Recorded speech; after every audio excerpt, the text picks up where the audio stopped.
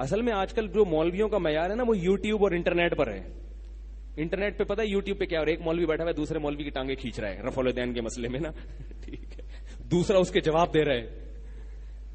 اس قسم کی چیزیں لوگوں کو یوٹیوب پہ نظر آتی ہیں. ایک مولوی کلپ بنوا رہا ہے وہ فضائل صدقات اور یہ اور فلانا اور وہ مشرک وہ کافر، دوسرا مولوی ہوگا یہ کافر وہ کافر. تو لوگ دیکھتے ہیں کہ ان کی آپس میں کیا ہو رہی ہیں، کشتی. یہ اس کے تمام لوگ اس فرقے کے دائرہ اسلام سے خارج، اور وہ جواب میں کہتے ہیں نہیں تمام لوگ اس والے کے دائرہ اسلام سے خارج، اور جنت میں صرف میں اور میرے مرید جائیں گے. وہ 4 آدمی جنت میں جائیں گے نا. ایک لطیفہ میں نے سنایا تھا کہ بعض مولوی یا مذہبی اسکالر ایسے دین کو پیش کرتے ہیں کہ ان کے علاوہ باقی سارے دائرہ اسلام سے خارج. میں جو بعض دفعہ اپنے اکابر کا دفاع کرتا ہوں اس کا مطلب یہ نہیں ہوتا کہ دوسروں کے اکابر سارے غلط ہیں. وہ تو الزام چونکہ ہمارے بزرگوں پہ لگا ہوتا ہے اس لیے اس الزام کے جواب میں ہم یہ کہتے ہیں. لیکن ہمارا یہ نظریہ نہیں ہے کہ صرف ہم ہی جنت میں جائیں گے یا ہمارے بزرگ جنت میں جائیں گے. جو بھی قرآن و سنت کو فالو کرتا ہے چاہے کسی بھی نام سے، دیوبندیت کے نام سے کر لے، بریلویت کے نام سے کر لے، اہل حدیث کے نام سے کر لے، ناموں میں کچھ نہیں رکھا، کام کرنا ہے کام. سمجھ رہے ہو؟ تو کسی بھی وہ لیبل لگا کے، اول تو بہتر ہے لیبل نہ لگاؤ، لیبل نہ لگاؤ، نہ دیوبندیت کا لگاؤ، نہ بریلویت کا لگاؤ، نہ غیر مقلدیت کا، نہ اہل حدیث کا. کوئی لیبل لگانے کی چندہ ضرورت نہیں ہے. بعض دفعہ لیبل کی ضرورت پڑ جاتی ہے. وہ ضرورت کب پڑتی ہے اس پر میں ایک بیان کر چکا ہوں مستقل، ابھی اس کو نہیں چھیڑوں گا میں. وہ مجبوری ہوتی ہے تاکہ مختصر لفظوں میں آپ اپنے آپ کو ڈیفائن کر پاؤ. ورنہ اصل کیا ہے بھائی، قرآن و سنت کو فالو کرو. تو جو بھی کر رہا ہے فالو، چاہے کسی بھی نام سے کر رہا ہے. لیکن بعض لوگ ایسا پیش کرتے ہیں کہ باقی، آج کل ایک نیا بھی یوٹیوب پہ نوجوان کوئی آیا ہوا ہے، وہ بھی یہی نکال کے فلاں کا بھی نظریہ غلط، فلاں کا بھی غلط، سب کو ہی غلط قرار دے دیا اس نے. تو وہ ایک نیا فرقہ بن رہا ہے. وہ اہل حدیث بھی غلط، تو دیوبندی بھی غلط، تو بریلوی بھی غلط، تو فلانا بھی غلط، تو ڈمکانا بھی غلط. اور وہ فروئی مسائل ہیں، کہتے ہیں ہاں ان میں سے کچھ چیزیں جس کی اچھی ہیں وہ میں لے رہا ہوں. تو بڑی ایسے، اور پھر عجیب سا ایک ملغوبہ بنا کے. تو میں اس کو یہ کہتا ہوں کہ چھٹا فرقہ پیدا ہو رہا ہے بغیر فرقواریت کے لیبل کے. لفظ فرقے کا استعمال نہیں ہو رہا، مگر کام کیا ہو رہا ہے، ایک نیا فرقہ وجود میں آ رہا ہے. اب اس کے جو متبعین ہیں اگر زیادہ ہو گئے تو ایک نیا فرقہ بن جائے گا. وہ تو نام نہیں رکھنا اپنے فرقے کا، لیکن کچھ لوگ کے بعد لوگ اس کو انجینئری فرقے سے یاد کرنے لگیں گے. کیونکہ لوگ تو پھر کہتے ہیں نا یہ کس گروپ کا آدمی ہے، تو اس فرقے کا نام آ جائے گا انجینئری فرقہ. آئی بات سمجھ میں؟ تو بھائی فرقواریت ختم کرنے کا یہ طریقہ نہیں ہے اللہ کے بندو. فرقواریت ختم کرنے کا طریقہ یہ کہ بنیادی عقائد میں تو کوئی کمپرومائز نہیں ہے. فروئی مسائل میں جو فروئی اختلافی مسائل ہیں اگر مجتہدین سے چلے آ رہے ہیں تو سب صحیح ہیں. رفع الیدین کرنے والے بھی ٹھیک، نہ کرنے والے بھی ٹھیک، سب کے پاس دلائل ہیں. کرنے والوں کے پاس بھی دلائل، نہ کرنے والوں کے پاس بھی بڑے مضبوط دلائل ہیں. بات یہ کہ آپ تعصب کی اینک لگا کے دیکھتے ہو نا، تو آپ کو کبھی نہ کرنے والے کو کرنے والے کے دلائل سمجھ میں نہیں آ رہے ہوتے، کرنے والے کو نہ کرنے. جب مجتہدین میں اختلاف ہو گیا، امام ابو حنیفہ کو پاس رفع الیدین کی حدیثیں بھی تھی، نہ کرنے کی بھی. انہوں نے بڑی تحقیق کے بعد ایک رائے قائم کی کہ نہ کرنا افضل ہے. امام شافعی انہوں نے بھی بڑی تحقیق کے بعد ایک رائے قائم کی کہ کرنا افضل ہے. اس کے باوجود امام شافعی امام ابو حنیفہ کا احترام کرتے تھے. امام شافعی نے امام ابو حنیفہ کو امام اعظم لکھا ہے، اور امام محمد تھے امام شافعی کے استاذ. امام محمد رفع الیدین کرنے کے قائل نہیں تھے، لیکن ان کے شاگرد امام شافعی کرنے کے قائل تھے. دونوں کے پاس دلائل تھے نا، ڈیبیٹ ہوئی ہوں گی، بحث ہوئی ہوگی، دونوں میں اختلاف رہا. اس کے باوجود امام شافعی نے امام محمد کی تعریف میں اتنا کچھ لکھا ہے. کہا جاتا ہے کہ امام شافعی نے شاید کسی کی اتنی تعریف نہیں کی جتنی حنفی امام محمد ابن حسن کی ہے. حالانکہ وہ تو حنفی تھے، رفع الیدین نہیں کرتے تھے. اتنی تعریف کی ہے. یہ نہیں کہا کہ ان کو تو پتہ ہی کچھ نہیں، یہ تو صحیح حدیثوں کا خود میرے سامنے انکار کیا انہوں نے. میں نے ان کو رفع الیدین کی حدیث پیش کی، انہوں نے کہا نہیں. او بھائی پیش کی، انہوں نے اس کا کوئی جواب دیا جو امام شافعی اس سے متفق نہیں ہوئے. امام شافعی نے جو جواب دیا امام محمد اس سے متفق نہیں ہوئے. کوئی بات نہیں، رائے کا اختلاف ہو گیا کیونکہ صحابہ میں اختلاف تھا. صحابہ میں کچھ رفع الیدین کرتے تھے اور کچھ نہیں کرتے تھے. امام ترمذی کیا فرماتے ہیں؟ امام ترمذی نے جہاں رفع الیدین کا مسئلہ بیان کیا فرمایا کہ یہ بھی بعض صحابہ کا مذہب ہے. امام ترمذی امام بخاری کے شاگرد ہیں. رفع الیدین نہ کرنے کا مسئلہ بیان کیا تو کہا کہ یہ بھی صحابہ کا مذہب ہے. بہت سے صحابہ اس کے قائل تھے کہ نہیں کرنا چاہیے. تو اب ان چیزوں میں جو امت جس بحث سے فارغ ہو چکی ہے 1400 سال پہلے یا 1200-1300 سال پہلے مذاہب وجود میں آ گئے، تو بھائی انہی میں سے کسی ایک کو فالو کر لو، کیچڑ نہ اچھالو کسی پہ. اور اگر کوئی ان میں سے کسی ایک کو فالو نہیں کرتا تو بھی کچھ نہیں کرو، وہ اللہ پوچھ لے گا اس سے، اگر وہ مطمئن ہے تو ٹھیک ہے. ان چھوٹی چھوٹی چیزوں پہ ایک دوسرے پہ طنز کرنا، یہ طریقہ بولو نا بھائی صحیح نہیں ہے. اس سے نیا فرقہ بنے گا، ختم نہیں ہو جائے گا یہ مسئلہ. 1400 سال سے جو اختلاف چلا رہا ہے، آج آپ بیٹھ کے اس کو حل کرو گے کیا؟ آج حل کرو گے؟ وہ کیسے ختم ہوگا؟ تو اختلاف اور فرقہ واریت ختم کرنے کا یہ طریقہ نہیں ہے کہ آپ کیچڑ اچھالنا شروع کر دیں رفع الدین والوں پر، یہ اندھے مقلد ہیں یا یوں ہے یا فلانا ہے، یا آپ رفع الدین کرنے والوں پہ طنز کرنا شروع کر دیں. کرنے والوں پہ طنز بھی صحیح نہیں ہے. اختلاف فرقہ واریت ختم کرنے کا طریقہ یہ کہ اس ٹاپک کو لپیٹ کر، یہ فائلیں لپیٹ کر رکھ دیں. سمجھ رہے ہو؟ بولے بھائی بنیادی بیسک عقائد یہ ہیں، اس پہ جو ہے وہ اس کی پرچار کریں. اور اسلام نے جو ہماری جو چیزیں ہیں، والدین کا حقوق ہے یا نماز پڑھو بھائی، حج کرو، زکات دو، یہ جو بیسک چیزیں. باقی بعض دفعہ علماء جواب دے دیتے ہیں، تو جواب جو ہے نا اس کا ایک اصول ہے. لوگ کہتے ہیں آپ نے بھی تو یہ موضوع اس دن چھیڑا تھا. چھیڑا اس لیے تھا، قرآن میں اللہ فرماتے ہیں لا يحب اللہ الجہر بالسوء الا من القول الا من ظلم. اللہ بری بات کو پسند نہیں کرتا مگر جو دفاع میں کہی جائے. اب ایک آدمی ہم پہ اعتراض کر رہا ہے، طنز مار رہا ہے بیٹھ کے. میں بہت شوافے تھے ہمارے علاقے میں، وہ رفع الدین کرتے تھے، انہوں نے کبھی ہم پہ طنز نہیں مارا کہ آپ کیوں نہیں کرتے، آپ اندھے ہو، آپ یوں ہو، فلانا اور ڈمکانا. کہتے بھائی ٹھیک ہے، یہ ہماری رائے ہے. اور علماء بھی تھے ان کے، وہ باقاعدہ دلیل سے مانتے تھے. ہمارے علماء اس کا جواب دیتے تھے، کبھی طنز نہیں مارتے تھے ایک دوسرے پر.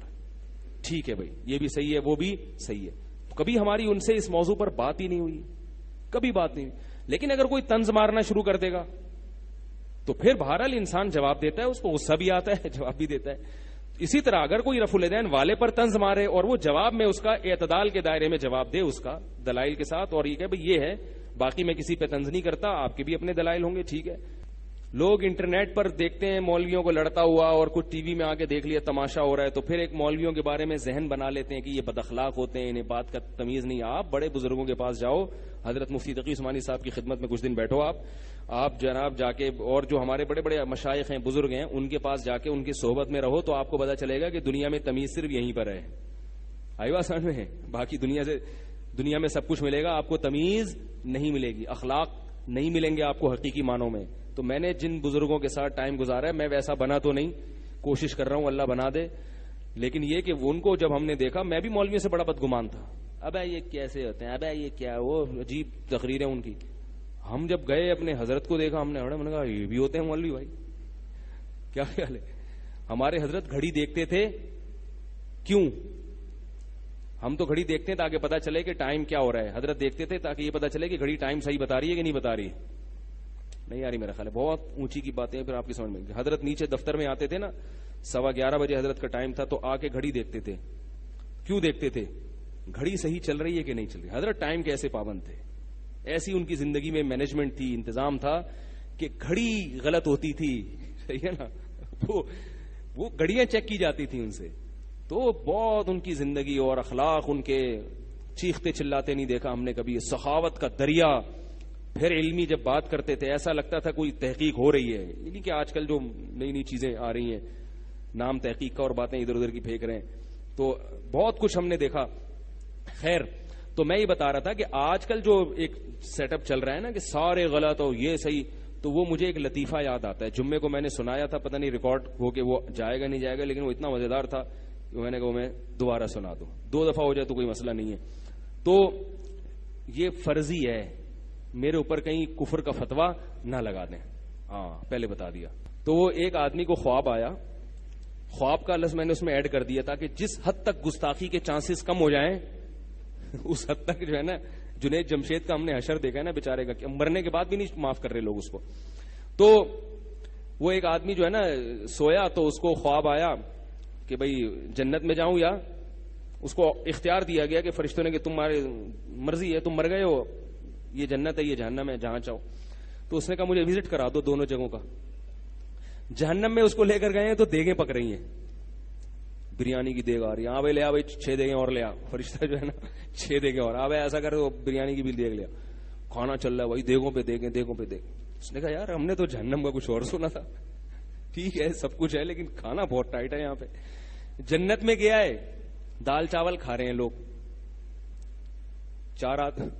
جنت میں گیا ہے کیا ہو رہا ہے, دال چاول کھا. کچھ لوگ چائے میں ڈبو کے پاپے کھا رہے ہیں. اس نے فرشتے سے بولا یہ کیا ہے بھائی, ادھر دیگے ہیں ادھر دال چاول چل رہے ہیں. فرشتوں نے کہا اب 4 آدمیوں کے لیے دیگ پکائیں کیا بھائی, جنت میں بندے ہی کتنے ہیں, ایک انجینئر صاحب ہیں, ایک توصیف الرحمان صاحب ہیں, اور 2-4 اس طرح کے اور ہیں. آئی بات سامنے, 4 آدمی ہیں ٹوٹل جو جنت میں گئے ہیں. تو وہ جو اللہ نے وعدے کیے تھے نا یہ ہوگا نہریں, وہ تو پبلک بھی تو ہو پبلک ہی نہیں ہے, سارے دائرے اسلام سے خارج ہیں, تو 4-6 آدمی بچے ہیں. تو ہم نے کہا کہ یہ کیا ہوں, ان کے لیے دال چاول اور پاپے. ٹھیک ہے تو سب سے بہت سارے بزرگ ہیں, اور اگر ان کی کوئی بات آپ کو ایسی لگتی ہے جو شرک نظر آ رہی ہے تو ایک دم سے کافر مشرک نا, اس کی بات کا اچھا محمل تلاش کرو, اس کا اچھا رخ دیکھو بھائی, اچھا رخ بھی ہو سکتا ہے, اس کا یہ مطلب بھی ہو سکتا ہے, یہ مطلب بھی ہو سکتا ہے. تو دیکھو نبی صلی اللہ علیہ وسلم نے فرمایا نا کہ ایک آدمی کی اونٹنی گم گئی تھی, صحیح حدیث ہے. اس کی جب اونٹنی ملی خوشی سے پاگل ہو گیا, کیا کہہ رہے اللہ تو میرا بندہ میں تیرا خدا. اب اگر اردو میں بیٹھا ہوا ہوتا کلپ بنا کے فوراً یوٹیوب پہ ڈال دیتا, یہ کافر ہے دائرہ اسلام, کیونکہ یہ خود میں نے سنا ہے اللہ کی قسم. یہ کیا کہہ رہے ہیں, اللہ تو میرا بندہ اور میں تیرا خدا. او بھائی خوشی سے بیچارے نے الٹا کہہ دیا یار. جنید جمشید نے تو اس سے کم درجے کی بات کی تھی, وہ پکڑا گیا تھا. اگر کوئی خوشی میں کوئی ممبر میں مولوی اس طرح کی بیچارے کی بات نکل جائے تو ریورس نہیں ہو سکتی اب یہ. تو نبی صلی اللہ علیہ وسلم نے کیا فرمایا, اس طرح صوفیہ کرام کے کلام میں ہمیں بہت سی چیزیں ایسی مبہم ملتی ہیں جس کا وہ مطلب نہیں تھا جو لیا جا رہا ہے, وہ مطلب نہیں تھا. وہ صوفیہ کرام تو اللہ کی محبت کی دعوت دیتے تھے. ہاں ان میں جو بدعات تھیں اس کے ہم بھی منکر ہیں. تصوف میں بہت ساری خوبیاں بھی تھیں, بہت ساری خامیاں بھی تھیں, تو خامیاں نہ لو بھائی, ان سے خوبیاں لے لو. تصوف کا بنیادی مقصد ہے اللہ کی محبت پیدا ہو. اس میں جو بدعتیں آ گئی اس کا تو ہمارے اکابر بھی انکار کرتے ہیں, ہم بھی انکار کرتے ہیں. تو وہ تو اس پہ ایک علمی اختلاف ہو سکتا ہے, لیکن سارے صوفیوں کو غلط کہنا, وہ بےچارے اللہ اللہ کر رہے ہیں بیٹھ کے اپنی خانقاہوں میں, لوگوں کو اللہ اللہ کی طرف دعوت دے رہے ہیں, یہی تو کام ہے بزرگوں کے کرنے کا. اس پہ ان کو ساری خانقاہوں کو غلط, سارے صوفیہ غلط. تو صوفیہ کرام نے جو بعض چیزیں ایسی لکھی ہیں, بعض صوفیہ اللہ کی محبت میں پاگل ہوئے ہیں. پاگل ہونے کے بعد وہ ایسی باتیں کرتے تھے کہ وہ اس کا وہ نارمل حالت کی باتیں نہیں ہیں, کہ جب انسان اللہ کی محبت میں پاگل ہو جاتا ہے تو اس کو ہر چیز میں اللہ کا جلوہ نظر آتا ہے. اس کو انہوں نے وحدت الوجود کے نام سے ڈیفائن کر دیا. بالکل یہ ایسے ہے جیسے ایک شاعر کا شعر ہے, گلستان میں جا کے ہر ایک گل کو دیکھا, تیری ہی سی رنگت تیری ہی سی بو ہے. اصل میں شعر یہ تھا, گلستان میں جا کے ہر ایک گل کو دیکھا, نہ تیری سی رنگت نہ تیری سی بو ہے. یعنی شاعر اپنی محبوبہ کی تعریف کر رہا ہے کہ میں جب گلستان یعنی باغ میں گارڈن میں جاتا ہوں نا, سمجھ میں نہیں آتا نا گلستان اردو لوگ, جا کے وہاں میں فلاورز کو دیکھتا ہوں تو مجھے کوئی پھول بھی تیرے جیسا خوبصورت اور تیری جیسے رنگ اور خوشبو اس میں نظر نہیں آتی. اصل شعر یوں تھا, گلستان میں جا کے ہر ایک گل کو دیکھا, نہ تیری سی رنگت نہ تیری سی بو ہے. تو حکیم الامہ فرماتے تھے کہ جس شاعر نے یہ کلام کہا وہ عارف نہیں ہے. اصل شعر یوں ہونا چاہیے, جو اللہ سے محبت کرتے ہیں نا وہ یوں پڑھتے ہیں, گلستان میں جا کے ہر ایک گل کو دیکھا, تیری ہی سی رنگت تیری ہی سی بو ہے. اے اللہ جب بھی کسی پھول کو دیکھتا ہوں تو مجھے اس میں تو نظر آتا ہے, تیری خوشبو نظر آتی ہے. اب آپ کہیں ہاں اس کو اللہ تو عرش پر ہے, اس کو پھول کے اندر نظر آ رہا ہے, یہ دائرہ اسلام سے خارج ہے. پھر کلپ بنا دیا آپ. او بھائی اس کا ایک مطلب ہے یار, وہ پھول کو دیکھ کے اللہ کے وجود کا استدلال. وہ کہہ رہے اللہ تو مسجد میں مجھے اتنا سمجھ میں نہیں آتا, باغ میں زیادہ سمجھ میں آ رہا ہے. تو اس کو ڈیفائن کرنے کے لیے ایک عقیدہ ہے جو بڑا پیچیدہ ہے, اس لیے ہمارے علماء اس کو عوام میں نہیں بیان کرتے, اور نہ مدارس میں یہ پڑھایا جاتا ہے. وہ کتابوں کی حد تک ہے. کبھی آپ نے سنا کہ میں نے آپ کو کہا عقیدہ وحدت الوجود رکھا کرو؟ جب ایک چیز نہیں ہے, کتابوں کی زینت ہے, تو چھوڑ دو اس پہ کلپ بنا کے لوگوں کو سب کو گمراہ کافر مشرک. سب کا یہ عقیدہ ہے کہ اللہ عرش پر ہے, سب اسی کو مانتے ہیں. کما ہوا لائقم بشانہ, جیسے کہ اس کی شان ہے, ہر جگہ موجود ہے علم اور قدرت کے اعتبار سے. یہ میرا بھی عقیدہ, ہمارے بزرگوں کا بھی یہ عقیدہ ہے. باقی بعض لوگوں نے یہ کہا کہ اللہ ہر جگہ موجود ہے, تو یہ تعویل کی درجے میں کہا ہے. تو اس کو ہماری رائے یہ کہ یہ اتنا اچھا عقیدہ نہیں ہے. یہ نہیں کہ جو یہ عقیدہ رکھے وہ کافر ہے, مشرک ہے, گمراہ ہے, یہ نہیں. ہم یہ کہتے ہیں اسلم یہ ہے, احوت یہ ہے, افضل یہ ہے کہ قرآن کے ظاہر کو ظاہر سے پھیرا نہ جائے. الرحمن علی العرش استوى, اللہ فرماتے رحمان عرش پر ہے, بس کافی ہے. اور یہ جو قرآن میں آتا ہے وَهُوَ مَعَكُمْ أَيْنَمَا كُنتُمْ، تم جہاں بھی ہوتے وہ تمہارے ساتھ ہوتا ہے، اس کا مطلب ہے مدد کے اعتبار سے. جب ہم کہتے ہیں بھائی تم جہاں بھی جاؤ گے میں تمہارے ساتھ ہوں گا، تو مدد کے اعتبار سے تمہارے اعمال. لیکن اگر کوئی اس میں تعویل کرتا ہے تو اس کو بھی گمراہ نہ قرار دیں آپ، ٹھیک ہے نا. بہت سارے بڑے بڑے علماء ہیں جنہوں نے اس میں تعویل کی ہے.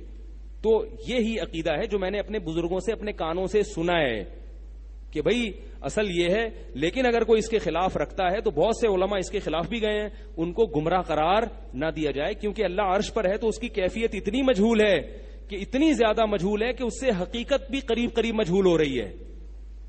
گاڑی باتیں چھوڑیں بھی یہیں ختم کرتے ہیں. آپ کہیں گے کیا چھیڑ دیا ہمارے سامنے.